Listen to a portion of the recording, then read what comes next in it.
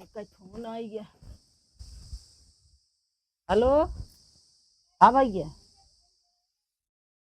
काका घर है नेवता प्रतापगढ़ आ यहाँ सोवत हाँ सारी रात जागा रहे का करे क्या है देखुआरी करे।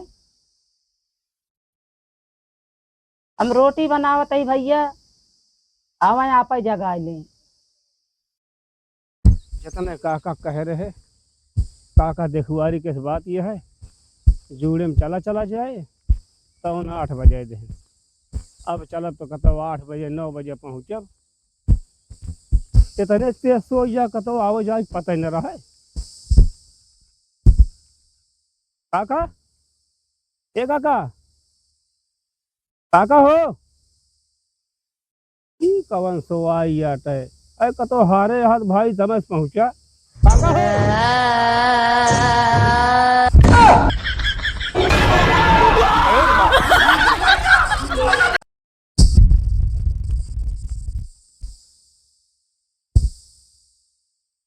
अरे मोरे काका हो का बताइए इनके घरे वाले के को पैसा का दिमाग नहीं ना बतावा नहीं काका एक शादी करवाए नाती की शादी का अगुवाई कहन बेचारू भगवान के प्यारा हो गए भागा जा हम